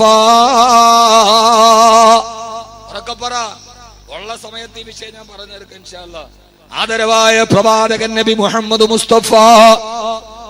ഇപ്പൊ 3 കാര്യം ഞാൻ പറഞ്ഞു. 1, വീട് നിർമ്മാണത്തെ സൂക്ഷിക്കണം. 2, യഥാർത്ഥ തൂണ് ഭാര്യയാണ്. 3, ആ ഭാര്യ അവൾ എങ്ങനെയായിരിക്കണം? നാം ഇല്ലാത്ത സമയത്ത് നമ്മുടെ മക്കളോട് ഭർത്താക്കന്മാര് തിരക്കിലാണ്. ആ തിരക്കിന്റെ ഇടയിൽ നമ്മുടെ വീട്ടിലിരിക്കുന്ന മക്കളെ ഭർത്താവിനെ കുറിച്ച് പറഞ്ഞുകൊടുത്ത് ആ മക്കളെ വളർത്തിക്കൊണ്ടുപോകേണ്ട ജോലി ഏറ്റെടുക്കുന്ന പെണ്ണാണ് പെണ്ണ്. അതാണ് ബീവി ഹാജറ. ആര്? ഉറക്കപ്പറ ബീവി ഹാജർ. ബീവി ഹാജർ. നമ്മളിപ്പോ പെണ്ണ് കെട്ടുമ്പോ നോക്കണത് നല്ല മൊഞ്ചുണ്ടോ, വെളുപ്പുണ്ടോ, പണമുണ്ടോ. ആ പെണ്ണ് കിട്ടിയാൽ എല്ലാം ആയി. കുറച്ച് വെളുപ്പുണ്ടെങ്കിൽ എല്ലാം ആയി എന്നാണ് കുട്ടികളെ നിങ്ങളുടെ ധാരണ. ആ വെളുപ്പൊക്കെ ഒന്ന് സുറൂർ ഷഹർ ഹുമൂമു ദഹർ, അതിനപ്പുറത്തോട്ടൊന്നും ഇല്ല. ഈ വെളുപ്പ് സൗന്ദര്യം അതൊക്കെ ആസ്വദിക്കുന്നതിനൊരു പരിധിയുണ്ട്. ഇങ്ങോട്ട് നോക്ക്, എന്നെ നോക്ക്. എല്ലാ ചെറുപ്പക്കാരും വെളുത്ത പെണ്ണാണ്, കറുത്തത് ആർക്കും വേണ്ട. ഒരു വെളുപ്പൊക്കെ എത്ര? ഒരു മാസം. അലി റളിയല്ലാഹു അൻഹു പറഞ്ഞു, കല്യാണത്തിന്റെ നിർവചനം ചോദിച്ചപ്പോ സുറൂർ ഷഹർ വുജൂബുൽ മഹർ, സുറൂർ ഷഹർ ഹുമൂമു ദഹർ. മഹർ നിർബന്ധമാവും, സുറൂർ ഷഹർ കല്യാണം എന്ന 1 മാസത്തെ ആനന്ദം, പിന്നെ ഹുമൂമു ദഹർ മരിക്കണവരെ മനപ്രയാസം. ഇതാണ് കല്യാണം എന്ന് അലി റളിയല്ലാഹു അൻഹു രേഖപ്പെടുത്തിയതുപോലെ യഥാർത്ഥത്തിൽ ഞാനൊരു ഭാര്യയെ നിങ്ങൾക്ക് പരിചയപ്പെടുത്തി തരാം. പറഞ്ഞുതരട്ടെ? അള്ളാഹു നമ്മുടെ ഭാര്യമാരെ അങ്ങനെ ആക്കട്ടെ. വെളുപ്പ് വേണ്ട, മൊഞ്ചത്തി വേണമെന്നില്ല. മലപ്പുറംകാര് പറഞ്ഞ പോലെ അങ്ങനെ സൊങ്കു സൊറുക്കും ഒന്നും ഇല്ലെങ്കിലും ഓളൊരു ഓളാണ്, അങ്ങനെ ആവണം. അതേതാണ് അവൾ? ഒരു പെണ്ണ്. എന്റെ പൊന്ന് കാസർഗോഡെ കുട്ടികളെ, നിങ്ങളോട് വലിയ ഇഷ്ടത്തിൽ ഞാൻ പറയാ, സൗന്ദര്യം മാത്രം നോക്കരുത്.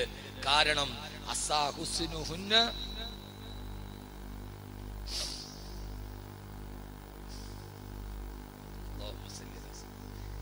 നബി സല്ലല്ലാഹു അലൈഹി വസല്ലം പറഞ്ഞു, ലാ തസവ്വജുഹുന്ന ബിഹുസ്നിഹിന്ന, സൗന്ദര്യം മാത്രം നോക്കിയിട്ടൊരു പെണ്ണിനെ വിവാഹം കഴിക്കരുത്. അസാ ഹുസ്നുഹുന്ന അൻ യുത്ഗിയഹുന്ന, അവളുടെ സൗന്ദര്യം അവളെ അഹങ്കാരിയാക്കിയേക്കാം. ലാ തസവ്വജുഹുന്ന ബിഹുസ്നിഹിന്ന, വെറും വെളുപ്പ് മാത്രം നോക്കിയിട്ട് പെണ്ണ് കെട്ടല്ലേ. അസാ ഹുസ്നുഹുന്ന